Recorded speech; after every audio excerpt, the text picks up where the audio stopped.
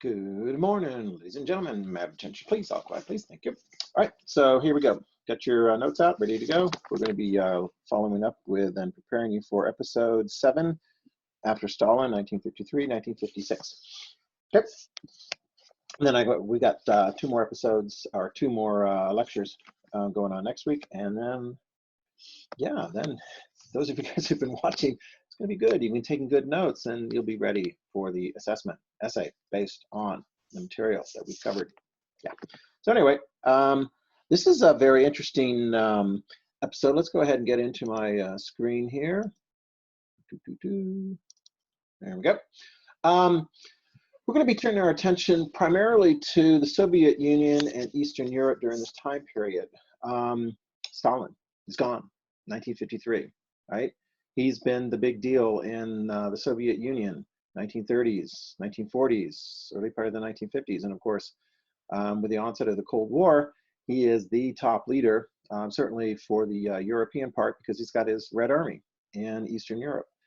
And he's a tough guy, all right? So what's it going to be afterwards? This is one of the interesting things that we look at as we go through the Cold War. How much influence does an individual leader have on all the dynamics of how things play out in their own countries and the tensions or lack of tensions, perhaps at times, with the other countries, particularly, you know, their allies, or in the Soviets' case, where they've got their troops in Eastern Europe.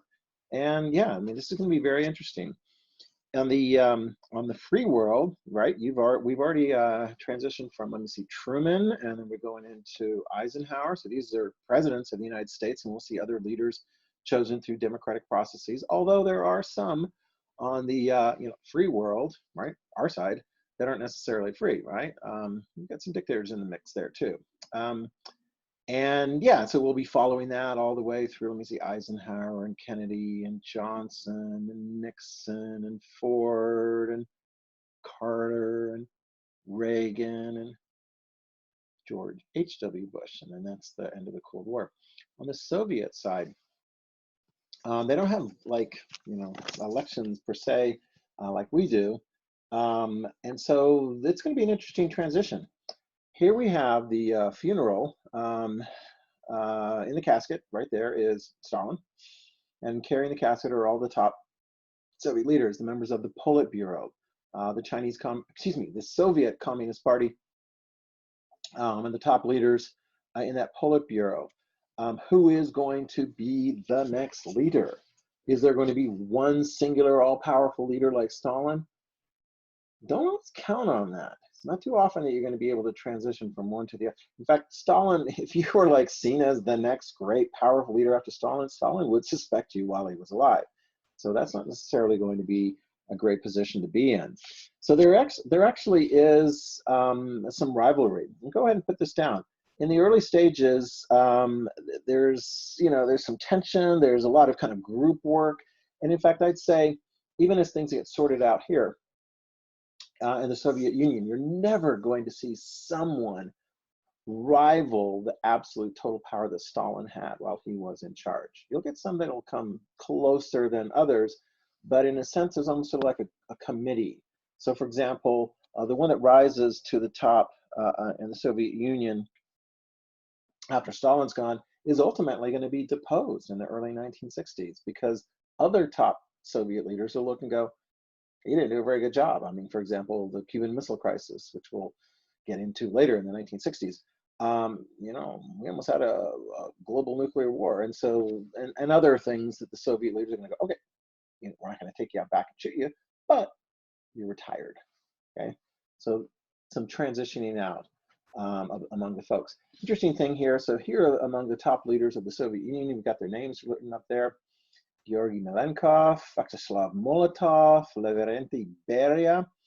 So they're kind of vying for power and so forth. These are the ones that were sort of left standing at the end of the day. Molotov, perhaps one of the most well-known, his kind of focus area is foreign policy.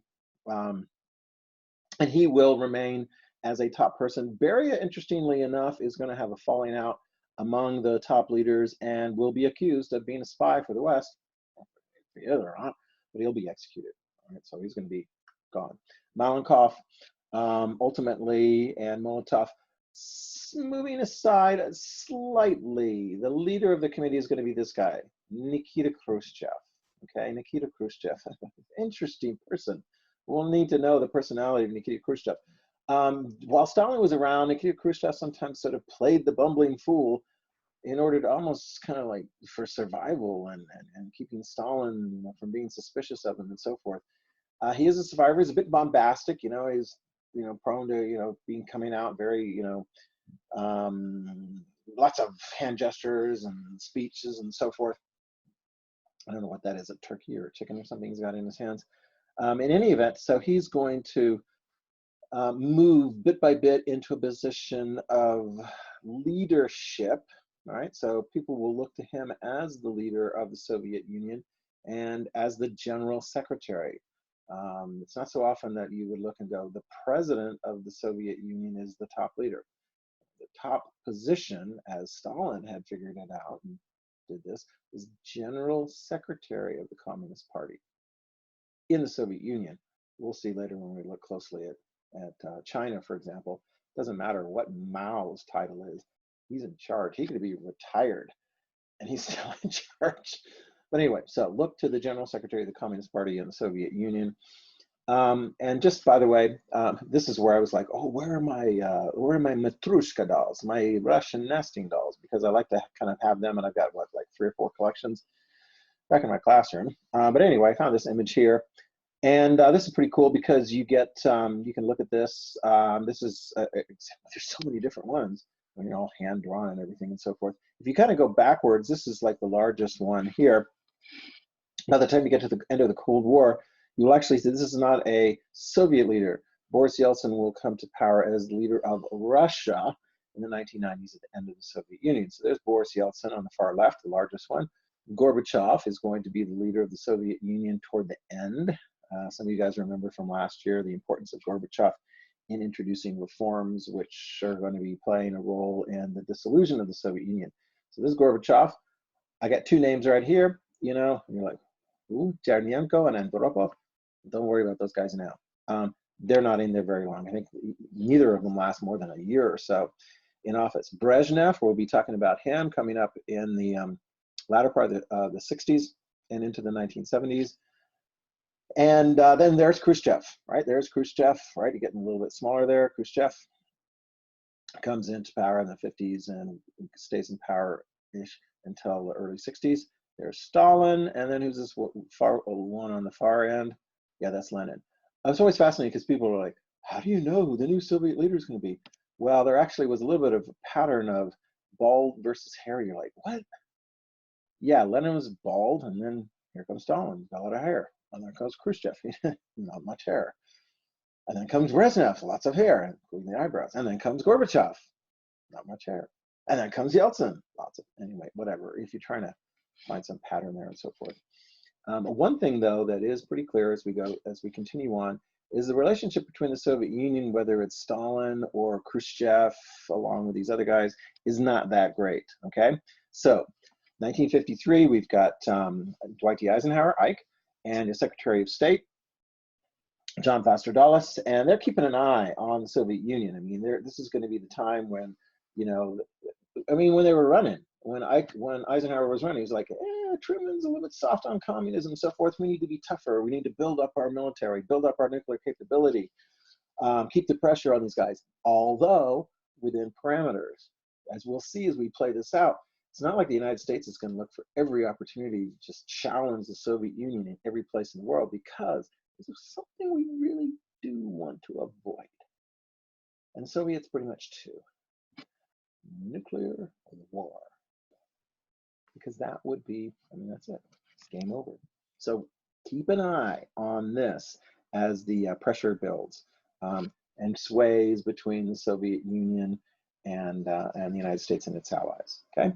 We're going to turn our attention here, and the film will as well, to the situation in East Germany. This is like right after Stalin is gone, so people are kind of looking and like, what's going on and so forth. And as we look at the Eastern European communist leaders, we'll see a variety because, they're from their area, right? Walter Ulbricht is a German, and he is the top leader of the East German area, East Germany. And, you know, so what does he put forward primarily? Communism? Is he a strict communist? Has he got some reform ideas? You know, how is he going to handle the fact that there's so many Soviet Red Army troops there? I mean, how does that play out? It's going to be a very important dynamic as we go through here. One thing, though, of course, is, you know, Walter Ulbricht, head of the East Germany, is kind of following Stalin's plan. Focus on heavy industry. Build, build, build, right? Although it's going to be really tough for the workers because it's like, here's some more medals for working harder, more hours. And the morale of the workers is going to be pretty low because they're like, wow, I'm doing all this overtime and I get a, yay, way to go. And that's about it, you know, and that's some time off or some extra benefits and so forth. And then, of course, you've got this, you know, they had it under the Nazis, and here now they got it under the communists. You get the secret police all over the place. In Germany, East Germany, it's called the Stasi. There's the emblem of the Stasi. And they keep files on everyone. They've got plainclothes police. They got, you know, they're just everywhere. Listening devices, it's like, yeah, censorship of the news, religious persecution, churches closed, and so forth. Eventually, 1953, after Stalin's gone, you're going to see workers kind of looking around going, you know, we know how to deal with this sort of thing. This is something we started doing back in the 1800s when industrialism came in. They go on strike, right? This is East Berlin, June of 1953. You're going to have worker strikes, protests going around here, there, everywhere, putting pressure on the East German communist government to come up with better benefits, better circumstances, better conditions for their work. And they're going to go on there and they're going to like look for symbols of the Communist Party, tear down the hammer and sickle, tear down the flags. Has the East German government got enough to go after them? Well, you see a tank there, right? See the tank? It's not an East German tank. This is a Soviet tank. I told you, remember, they've got the Red Army in East Berlin and throughout East Germany. And they follow orders from back in Moscow. What is the new Soviet leadership going to send? Yeah, they're going to send in the tanks. The tanks come in, they fire shots. Most of the demonstrators get out of there. 40 of them are killed. Okay. Thousands are arrested. This is going to be the continual pattern of where there is protest, friction within East European client or satellite states. There will be repression. And a lot of times the Soviets are going to put pressure, first of all, on the government of that country to do the job, to get your guys in there and do the hard work. Because if they don't, then the Soviets will send in the tanks and do the hard work. By the way, when this is all going on, is the United States and Britain, France, and so forth, are they looking on? Of course they're watching, you know, from a distance. Are they condemning it? Of course they're condemning it. Are they sending in troops to protect? No. Because if you send in US troops, then you would be having US troops versus Soviet troops and potentially could escalate. And then I don't know, what are the final weapons that either side could use? Nuclear weapons. So you're going to see, while some of these things are going on in Eastern Europe, the United States will condemn, Britain will condemn, France and Italy and so forth will condemn, but they're not going to go in. That's a very important thing to understand. And of course, it's tough because if you're these guys protesting and going, I'm protesting for freedom and all those kinds of things that exist in the West that look really cool in the West, and the West, you know, talks about, but is the West going to risk itself by coming in and directly confronting Soviet troops? Don't count on it. Too much at stake. World War III. Hashtag. All right. West Germany. All right. They've got a really good politician over there. Konrad Adenauer ends up becoming very, very beloved by the Germans living in West Germany, West Berlin. And he's working for improvement, restoring the German economy, building up democracy. And of course, for security purposes, he would like to join NATO. And so, you know, we're talking about the Western German part is, of course, occupied with the British, French, and the United States. And the British, French, and the United States are like, we trust this guy. We trust these guys. Yeah, it's time. And they're okay with West Germany rearming itself for defensive purposes and being part of the NATO alliance, right? So that everyone's got each other's back. So this is what the map is going to look like now. You see here, the blue, these are the NATO countries as far as like 1950. Eventually Spain, once they get rid of Franco, once he dies in the 70s, Spain will join as well. Look very closely here. So we've got all these blue countries here, and now the Federal Republic of Germany, as opposed to the Democratic Republic of Germany, East Germany, you've got them now part of NATO. No more, no more neutrality on the, Denmark and Norway and the Netherlands and Belgium and Luxembourg. No, not neutrality, right? So these are all going to be part of the NATO alliance. Of course, now the Soviets are looking and they're saying, okay, now is the time for our Warsaw Pact. So this is where they come in, and officially East Germany then becomes part of the Warsaw Pact, along with Poland, Czechoslovakia, Hungary, Romania, Bulgaria, and Albania wants to join, so they do too. Notice here, of course, we've covered this before. The neutral countries, Ireland, they're not real cool with the British thing. They haven't been independent for that too long. Finland and Sweden, yeah, they're neutral, and so is Switzerland. Austria, take a look at Austria. It's very interesting because they were of course occupied by British, French, Soviet, and American troops after World War II. And by 1955, the Austrians like, can we just like not be divided up into East Austria and West Austria and so forth? Can we just be like Austria? This is the one time that the Soviets, even the Molotov didn't agree with it. The Soviets are like, okay, we'll pull the troops out. Very interesting, write that down. Soviets pull troops out of Austria, their region over in Eastern Austria. Of course, the British and the French and the United States also pull troops out. And notice the map tells it, Austria will be neutral. That is going to be like written down. So Austria may ultimately form economic connections and so forth with the West, and they will, but they're going to be neutral. Democratic, but neutral as far as the military alliance goes. Okay, permanent neutrality. So interesting question then. So if Austria is neutral, can the folks say in Hungary or Czechoslovakia, Poland and so forth, can they go, well, we'd like the Soviets to voluntarily leave our territory too, and we'll do an Austrian thing. We'll pledge neutrality. What is the Soviet Union going to think about that? I mean, this is a real test of the Soviet Union after Stalin. What is it going to be like? What is it really like in the Soviet Union now that Stalin's gone? It takes a little while to kind of get a sense, and the new leadership comes in. A very important date is going to be February 1956. February 1956. This is like roughly, 3 years after Stalin is dead. They have the 20th Party Congress. You got all these top Communist Party people and middling Communist Party people and so forth that come to Moscow,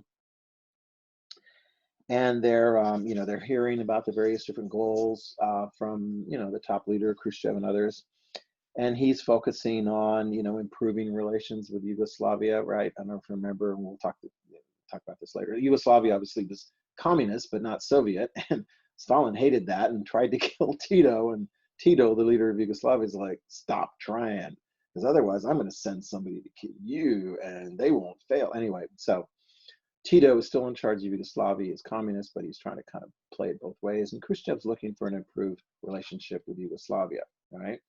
Khrushchev's also looking to improve focus on consumer items in the economy, not just all this heavy industry and military stuff, because consumer items actually improve the quality of life for a lot of people living in Eastern Europe and the Soviet Union. And so he's like, maybe we could do that. He also focuses on freeing lots and lots and lots of thousands from the gulags, right? We think of gulags primarily as being under Stalin. There's a reason for that. So it's like, whoa, this is a really interesting trend. Is this trend going to go toward freedom and democracy and free speech and all that kind of stuff in the Soviet Union under Khrushchev?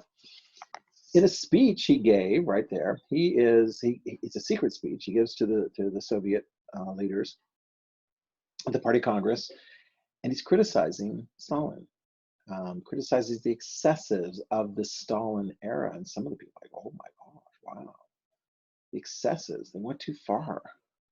Even though himself, Khrushchev, was not entirely guiltless, You know, if you wanted to stay on top of the Soviet system during the time of Stalin, you have to do a lot of things that Stalin wanted to do. It couldn't be just sort of like, you know, innocent and pure and so forth. But it's fascinating. Now, this speech actually leaked. The Israelis, we'll talk about the Israelis and the creation of Israel more later on, but they had a very, very effective secret service. And they managed to get a copy of the speech and delivered that to the CIA, who handed it off to Radio Free Europe, who broadcast it in Russian to all the Russian people and all the people in Europe, you know, that could pick it up on their radios. So, I mean, the word got out that Khrushchev had given this speech, and things were they starting to change? Were they starting to change in the Soviet Union? Very interesting thing. Remember Boris Pasternak? Remember we were talking about the Russians revolution and the Russian Civil War and so forth?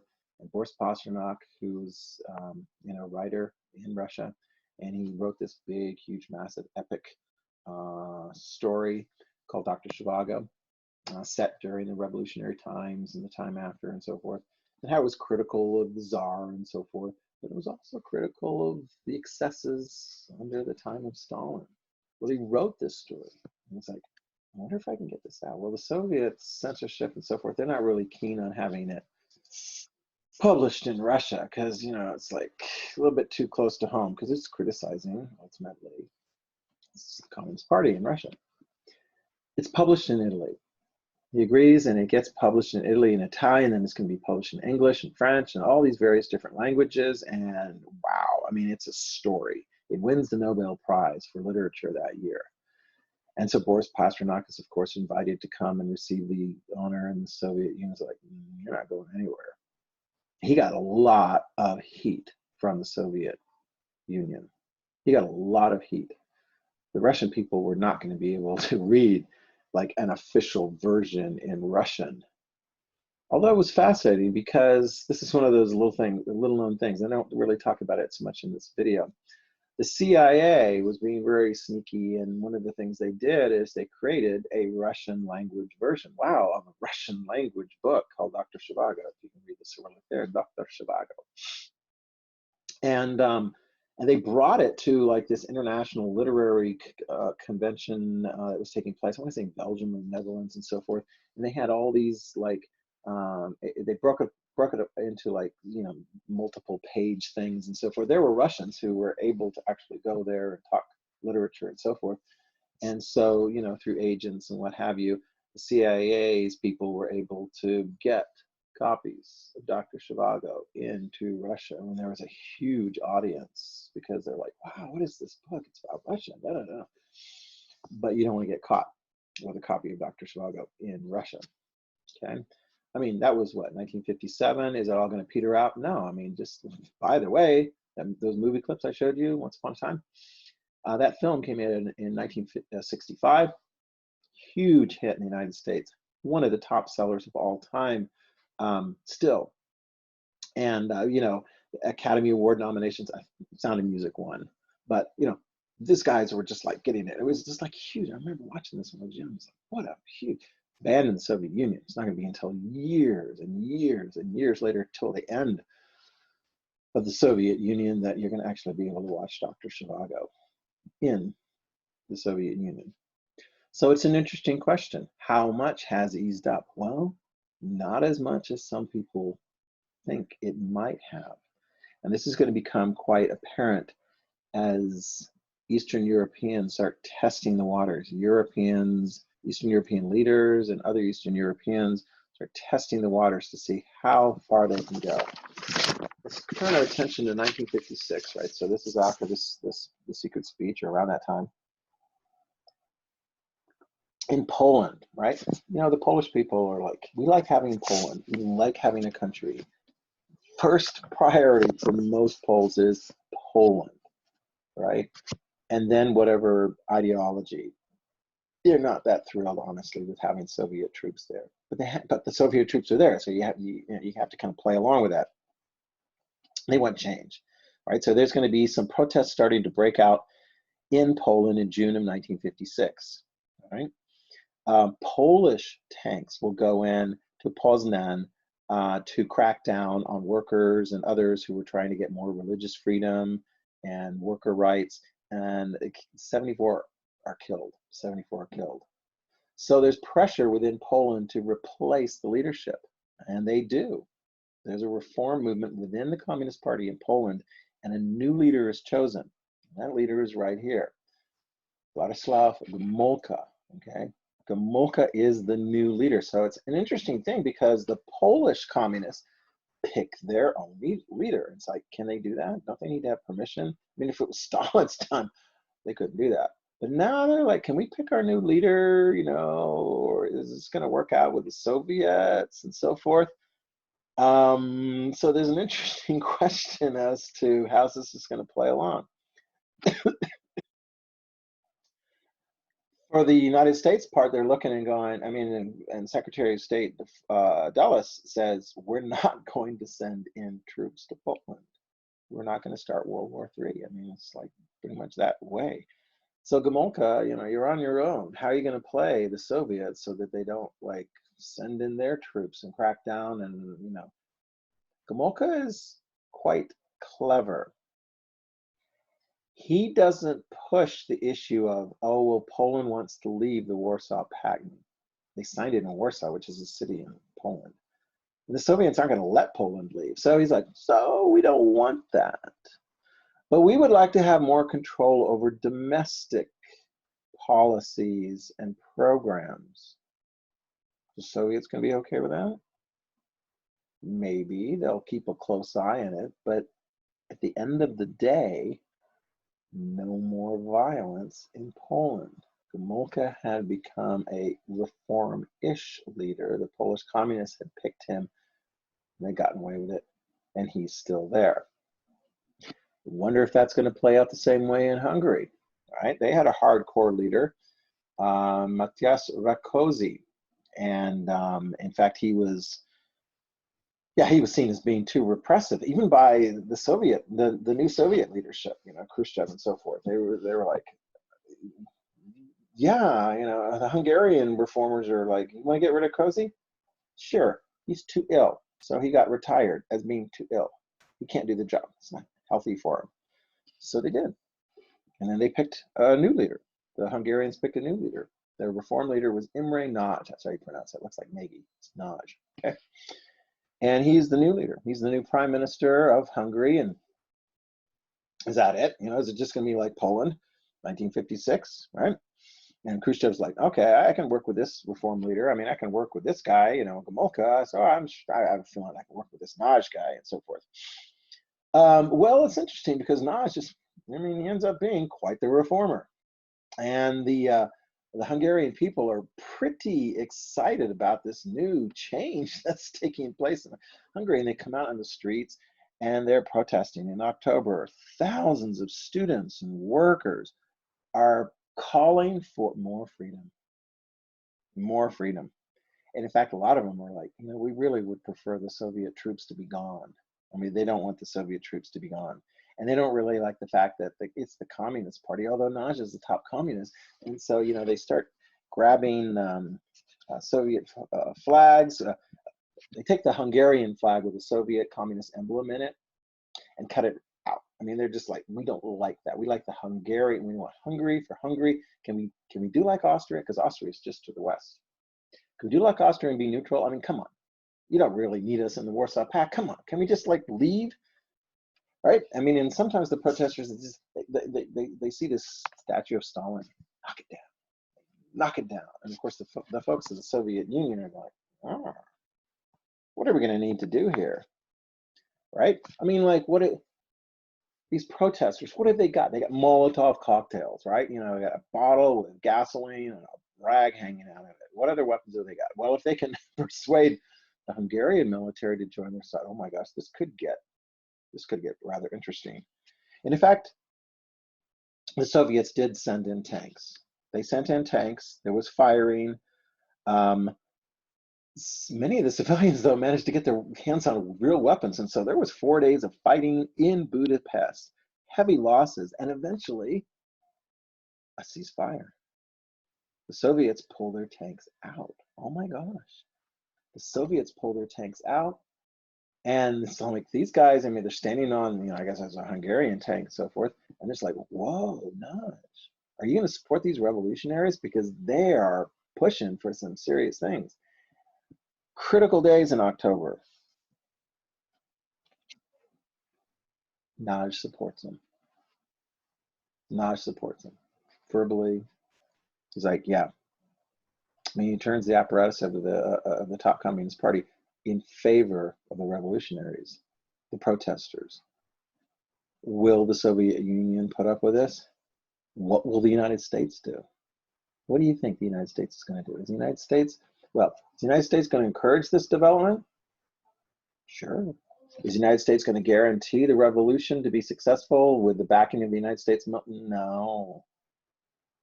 Hungary is in the sphere of influence. They've got Soviet troops. It's the Soviet sphere of influence, and it would be risking World War III. In fact, they ultimately say that. And it's a very interesting thing because the Soviet troops, the troops are out, right? So Budapest is sort of under the control of the protesters and Naj.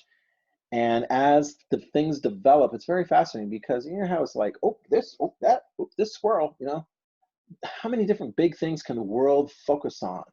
Well, in October 1956, it was Hungary, Hungary, Hungary. And then it was, whoa, Suez. What?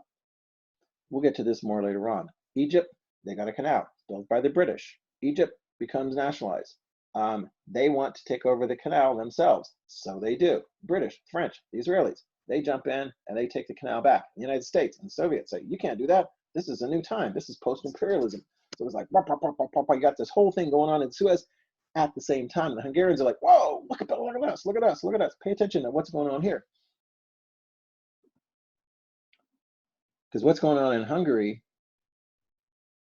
is that the Soviets have had enough. They've had enough.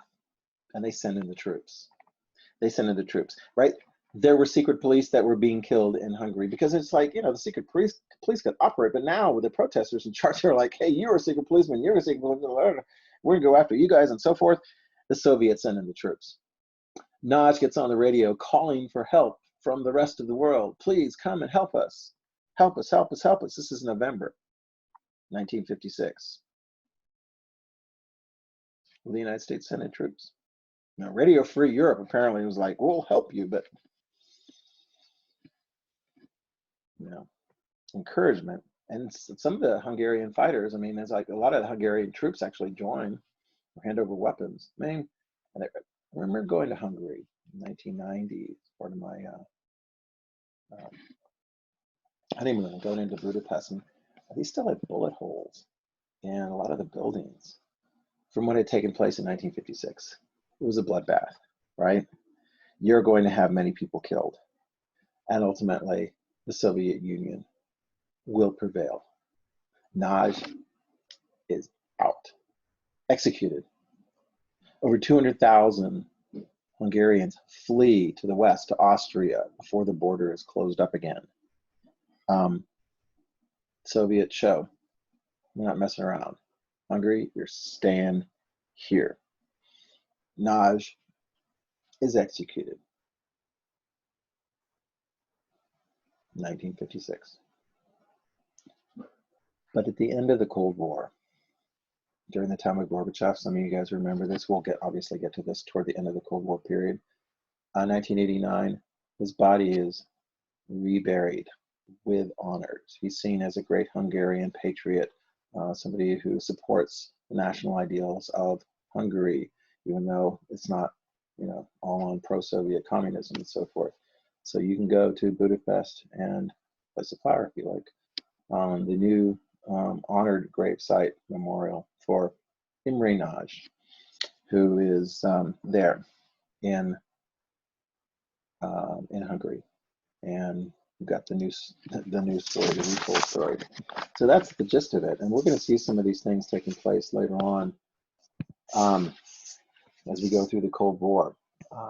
Be it clear, Stalin wanted East Europe to be under his control, so does Khrushchev, and that's kind of the way things are going to be, and didn't want to have like a whole big World War III. So, is there going to be other contests and so forth? Oh my gosh, next time, let's bring some science into the thing. You're like rockets, and men and women in orbit, and stuff like that. Wow, this is going to be really cool. So next time, we'll look at that. But in the meantime, stay healthy, stay safe, and we'll see you.